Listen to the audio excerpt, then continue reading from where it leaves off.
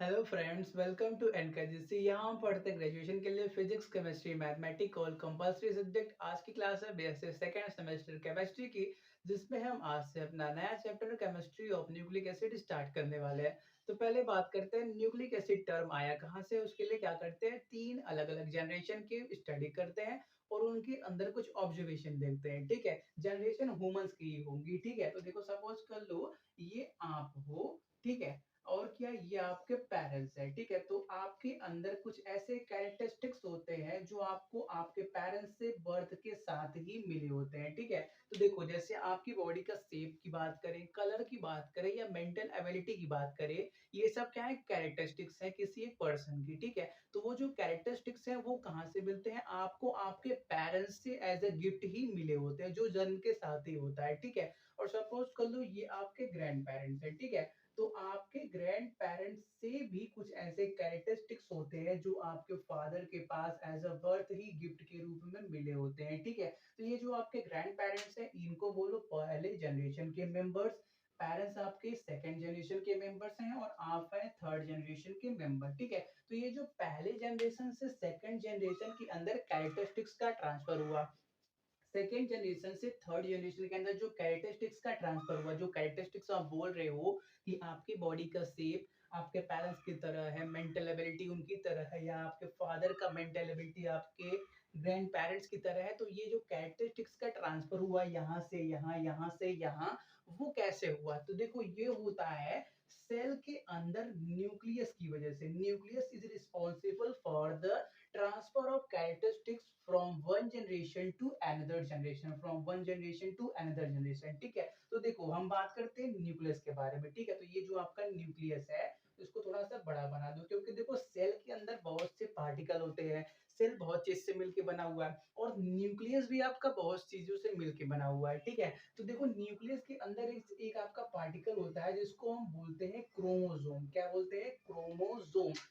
वो क्या होता है, मेन रिस्पॉन्सिबल होता है इन कैरेक्टरिस्टिक्स के ट्रांसफर का। ठीक है, क्रोमोसोम। ठीक है, तो ये क्या होता है, मेन पार्टिकल बोल दो जो क्या इन कैरेक्टरिस्टिक्स को ट्रांसफर करने के लिए रिस्पॉन्सिबल होता है। और ये जो आपका क्रोमोसोम होता है वो दो पार्टिकल से मिलकर बना होता है। ठीक है, एक होता है आपका न्यूक्लिक एसिड और एक होता है आपका प्रोटीन। ठीक है, तो देखो प्रोटीन के बारे में पिछले चैप्टर में हमने पूरा स्टडी किया है। आज हम पढ़ेंगे न्यूक्लिक एसिड के बारे में। ठीक है, क्रोमोसोम यहाँ से क्या करेगा, इंफॉर्मेशन को, जो कैरेक्टरिस्टिक्स है उनको क्या बोल दो, इंफॉर्मेशन बोल दो, यहाँ से यहाँ पे पहुंचाएगा, फिर यहाँ से यहाँ पे पहुंचाएगा। मतलब ये जो कैरेक्टरिस्टिक्स को ट्रांसफर हो रहा है वो किसकी वजह से हो रहा है, क्रोमोसोम की वजह से हो रहा है। ठीक है, और क्रोमोसोम किससे मिलकर बना है, न्यूक्लिक एसिड और प्रोटीन से। हमको क्या बात करनी है आज, न्यूक्लिक एसिड के बारे में। ठीक है, तो थोड़ा सा एक बार और रिकैप करते हैं।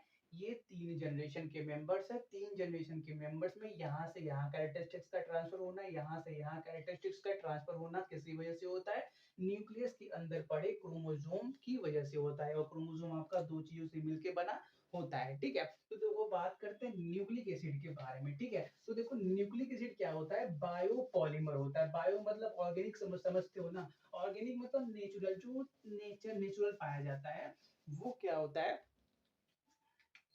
आपका जो न्यूक्लिक एसिड होता है इज बायोपॉलीमर। क्या होता है, बायोपॉलीमर। पॉलीमर का मतलब समझते हो, लंबी सी पॉलीमर की चेन। हमने पॉलीमर चैप्टर पढ़ा हुआ है आगे। ठीक है, biopolymer of high molecular weight, जिसका मॉलिक्यूलर वेट भी क्या होता है, बहुत ज्यादा हाई होता है। ठीक है, मॉलिक्यूलर वेट। ठीक है, जो क्या फ्री या कंबाइंड स्टेट दोनों में पाया जा सकता है। फ्री स्टेट में अकेला भी पाया जा सकता है और प्रोटीन के साथ कंबाइंड स्टेट में भी पाया जा सकता है। ठीक है, which can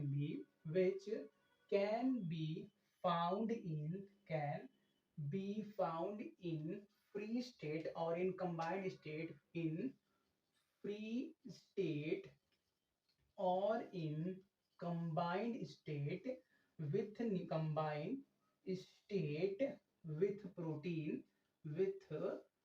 protein to form nucleoprotein. क्या, टू फॉर्म न्यूक्लियोप्रोटीन। जब वो फ्री स्टेट में रहेगा तो उसको न्यूक्लिक एसिड बोलेंगे, लेकिन जब वो प्रोटीन के साथ कंबाइन हो जाएगा तो वो जो कंबाइंड स्टेट का नया प्रोडक्ट होगा उसको हम क्या बोलेंगे, न्यूक्लियोप्रोटीन बोलेंगे, ठीक है। तो देखो ये क्या है, आपका न्यूक्लिक एसिड एक बायोपॉलीमर है, मतलब ऑर्गेनिक पॉलीमर है। पॉलीमर का मतलब समझते हो, छोटे छोटे मोनोमर से मिलकर बना हुआ एक बड़ा सा पॉलीमर, ठीक है, जिसका मॉलिक्यूलर वेट क्या होता है, बहुत ही ज्यादा हाई होता है, जो क्या फ्री स्टेट में भी पाया जा सकता है और प्रोटीन के साथ कंबाइंड स्टेट में भी पाया जा सकता है, ठीक है। तो थोड़ी सी बात करते हैं कि जो पहली बार आपका प्रोटीन कब खोजा गया था, ठीक है, तो इनको नोट कर लो। बात करते हैं 1869 के बारे में, पहले नोट करो। तो देखो बात है 1869 की। उस टाइम पे एक केमिस्ट थे जिनका नाम था फ्रेडरिच मिशेल। इन्होंने क्या किया था, फर्स्ट सेल के न्यूक्लियस के अंदर से न्यूक्लिन नाम का एक मटेरियल अलग किया था, जिसको इन्होंने खुद से नाम दिया न्यूक्लिक एसिड। देखो फर्स्ट सेल क्या होता है, फर्स्ट का मतलब होता है मवाद। जैसे कहीं पे मवाद हाथ में भर गया है तो वहां पे जो फूल जाता है, वो जो सेल खराब हो जाता है, उसको सेल को क्या बोला जाता है, फर्स्ट सेल बोला जाता है, ठीक है। तो उस फर्स्ट सेल को इन्होंने अलग किया और उसके न्यूक्लियस के अंदर से न्यूक्लिन नाम का मटेरियल को फिर से अलग किया और उस न्यूक्लिन को नाम दिया था न्यूक्लिक एसिड, नाम दिया था, ठीक है। तो इनको नोट करो। थोड़ी सी बात करते हैं न्यूक्लिक एसिड की, किसी एक पर्सन के बॉडी के अंदर इंपॉर्टेंट यूजेस के बारे में, ठीक है। तो नेक्स्ट बात करते हैं यूजेज या फंक्शन ऑफ न्यूक्लिक एसिड के बारे में, ठीक है। तो देखो जितने भी आपके जेनेटिक मटेरियल होते हैं, जेनेटिक मटेरियल का मतलब कैरेक्टरिस्टिक्स होते हैं, उनके लिए जो आपका न्यूक्लिक एसिड होता है एज अ रिजर्व बैंक काम करता है। रिजर्व बैंक मतलब जैसे हमारे पास रिजर्व बैंक ऑफ इंडिया है, वो मनी को स्टोर करता है, ये आपका न्यूक्लिक एसिड है वो क्या करता है, कैरेक्टरिस्टिक्स को स्टोर करता है और वक्त आने पे क्या करता है, ट्रांसफर करने में हेल्प करता है, ठीक है। कोई भी बॉडी के अंदर कैरेक्टरिस्टिक स्टोर है तभी वो अपने पेरेंट्स की तरह दिख रहा है। पेरेंट्स से जेनेटिक मटेरियल इसके अंदर आया तो स्टोर कहीं पे रहेगा तभी ना उनकी तरह दिखेगा, ठीक है। तो ये क्या करते हैं, एज अ रिजर्व बैंक की तरह काम करते हैं और वक्त आने पे जेनेटिक मटेरियल के ट्रांसफर करने में भी क्या करते हैं, हेल्प करते हैं, ठीक है। और क्या, किसी भी अलग अलग स्पीसीज की जो आइडेंटिटी है उसको मेंटेन करने में भी काम करते हैं, चाहे वो करोड़ों साल बाद की आप बात करो या पहले की बात करो, ठीक है। जैसे अलग अलग स्पीसीज हो गए, ह्यूमंस का हो गया, एनिमल्स का हो गया, ठीक है। तो इनकी आइडेंटिटी मतलब ये कैसे दिखते होंगे पहले और कैसे दिखेंगे करोड़ों साल बाद, ये सब आइडेंटिटी को मेंटेन करना बरकरार कौन रखता है, न्यूक्लिक एसिड रखता है, ठीक है। इसकी स्टडी से आप किसी भी स्पीसीज की पहले की कहानी या बाद की कहानी को क्या कर सकते हो, एक्यूरेट क्या बोलते हैं, 100% तो नहीं लेकिन 99% तक क्या कर सकते हो, ऑब्जर्व करके बता सकते हो कि ये ऐसा था या ऐसा रहेगा। तो कंटिन्यू करते हैं। तो देखो जब हमने कार्बोहाइड्रेट चैप्टर शुरू किया था तो उसमें क्या देखा था, जो कार्बोहाइड्रेट का स्मॉलेस्ट यूनिट होता है उसको हम क्या बोलते हैं, मोनोसेकेराइड बोलते हैं। और जो आपका प्रोटीन्स का स्मॉलेस्ट यूनिट होता है उसको हम क्या बोलते हैं, अमीनो एसिड बोलते हैं। स्मॉलेस्ट यूनिट का मतलब जिसको हम मोनोमर्स बोलते हैं। स्मॉलेस्ट रिपीटिंग यूनिट जिसको बार बार क्या मिला मिला के क्या करते हैं, हम बड़ी सी चेन का फॉर्मेशन करते हैं। प्रोटीन्स के केस में क्या है, उसको हम बोलते हैं अमीनो एसिड। कार्बोहाइड्रेट के केस में उसको क्या बोलते हैं, मोनोसेकेराइड बोलते हैं। उसी तरह जो आपके न्यूक्लिक एसिड होते हैं उनका जो मोनोमर होता है, मतलब इस जो स्मॉलेस्ट यूनिट होता है उसको बोला जाता है न्यूक्लियोटाइड। क्या, न्यूक्लियोटाइड बोला जाता है, ठीक है, smallest unit of nucleic acid. और ये जो आपका न्यूक्लियोटाइड है ये तीन पार्ट से मतलब तीन अलग अलग मटेरियल से मिलके बना होता है। एक न्यूक्लियोटाइड के अंदर एक फॉस्फेट ग्रुप होता है, फॉस्फेट ग्रुप होता है, और ग्रुप ग्रुप होता है, और क्या, एक 5 कार्बन का शुगर होता है, एक 5 कार्बन का शुगर होता है, और एक क्या होता है, बेस भी होता है, ठीक है। जो आपका न्यूक्लियोटाइड होता है वो तीन चीज, फॉस्फेट ग्रुप, एक शुगर और एक बेस से क्या होता है, मिलके बना होता है। और ये जो छोटा छोटा जो न्यूक्लियोटाइड है, जब वो क्या होता है, बार बार क्या एक दूसरे से बॉन्ड बना के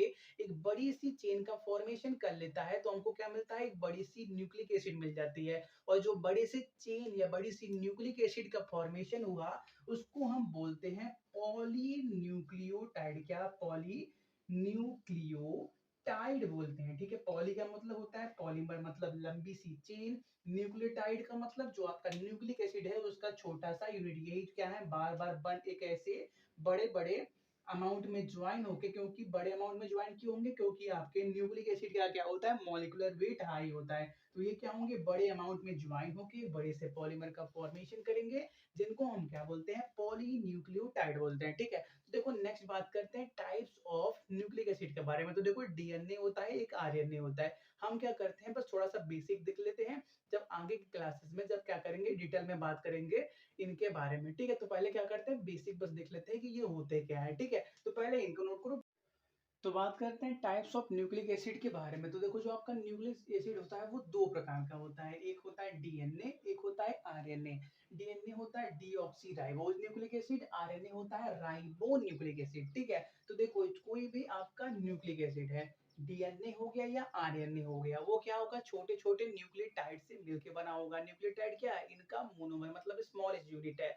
तो कोई भी न्यूक्लियोटाइड है तो वो क्या तीन पार्ट से मिलकर बना होगा, एक शुगर, एक बेस और एक फॉस्फेट ग्रुप। तो देखो ये जो आपका डीएनए होता है उसके अंदर जो शुगर होता है उसको हम बोलते हैं beta D two deoxyribose sugar बोलते हैं। और जो आपका जो आरएनए होता है उसके अंदर जो शुगर होता है उसको हम बोलते हैं बीटा डी राइबोस शुगर बोलते हैं, ठीक है? एक सेकेंड रुको थोड़ा सा। चलो, तो देखो ये जो ये है आपका बीटा डी टू डीऑक्सीराइबोज और ये है आपका बीटा डी राइबोज। दोनों स्ट्रक्चर सेम है, बस फर्क कहाँ है, सेकेंड कार्बन पे फर्क है। यहाँ पे H और OH है और यहाँ पे H और H है। इसी डिफरेंस की वजह से ये आपका beta D two deoxyribose sugar है और ये आपका बीटा डी राइबोज शुगर है। दोनों क्या पांच कार्बन के शुगर हैं, एक दो तीन चार पांच, और ये भी पांच कार्बन के शुगर हैं, ठीक है? इनको नोट करो। नेक्स्ट बात करते हैं हाइड्रोलिसिस ऑफ न्यूक्लिक एसिड के बारे में, ठीक है? तो देखो जो आपने न्यूक्लिक एसिड को बनाया था तो कैसे बनाया था, छोटे छोटे न्यूक्लियोटाइड को मिला के बनाया था। और न्यूक्लियोटाइड के अंदर क्या था, एक बेस था, एक शुगर था और एक फॉस्फेट ग्रुप था। तो जब आप क्या करोगे, इनका इनका हाइड्रोलिसिस करोगे तो वो क्या होगा, इन तीनों पार्ट्स के अंदर अलग अलग टूट जाएगा, ठीक है? तो देखो जब आप क्या करते हो, किसी भी एक न्यूक्लिक एसिड का पूरा कंप्लीट हाइड्रोलिसिस करते हो तो आपको तीन चीज मिलता है, एक पेंटोज शुगर मिलता है क्योंकि वो पांच कार्बन का शुगर था तो पेंटोज शुगर मिलेगा। आपको एक फॉस्फोरिक ग्रुप मिलेगा क्योंकि उसके अंदर फॉस्फेट ग्रुप भी लगा था, किसके अंदर, आपके न्यूक्लियोटाइड के अंदर, और एक बेस भी मिलेगा, ठीक है? तो पहले बात करते हैं पेंटोज शुगर के बारे में। तो देखो हमने अभी देखा भी कि जो आपका डीएनए है उसके अंदर कौन सा शुगर होता है, beta D two deoxyribose sugar होता है। और जो आपका आरएनए है उसके अंदर क्या होता है, बीटा डी राइबोस शुगर होता है। तो जब आप क्या क्या होंगे, डीएनए बोल दो या आरएनए बोल दो, जब वो टूटेगा तो एक शुगर देगा और एक क्या, एक फॉस्फेट ग्रुप देगा और एक बेस भी देगा, ठीक है? तो पहले बात ये तो हो गया शुगर के बारे में। नेक्स्ट बात करते हैं कि इनका फॉस्फेटिक ग्रुप मतलब फॉस्फेट ग्रुप कौन सा होगा, ठीक है? तो जो आपका डीएनए और आरएनए है उनके लिए जो फॉस्फेट ग्रुप होगा वो सेम होगा, वो क्या होगा, फॉस्फोरिक एसिड H3PO3, ठीक है? जब क्या होंगे, डीएनए और आरएनए टूटेंगे तो जो फॉस्फेट ग्रुप निकलेगा वो दोनों के लिए क्या होगा, सेम होगा, ठीक है? इनको नोट करो। बात करते हैं बेसिस के बारे में, ठीक है? तो देखो जो आपका बेस होता है वो कैसा होता है, नाइट्रोजिनस बेस मतलब नाइट्रोजन कंटेनिंग कंपाउंड होता है, ठीक है? तो देखो बात करें डीएनए के बारे में, तो डीएनए के अंदर चार प्रकार के अलग अलग बेसिस पाए जाते हैं, एडेनिन, ग्वानिन, साइटोसिन और थाइमिन, ठीक है? और बात करें आरएनए की, तो आरएनए के अंदर भी चार प्रकार के बेसिस पाए जाते हैं। तीन तो सेम होते हैं डीएनए की तरह, लेकिन थाइमिन की जगह आरएनए में क्या आ जाता है, यूरेसिल आ जाता है, ठीक है?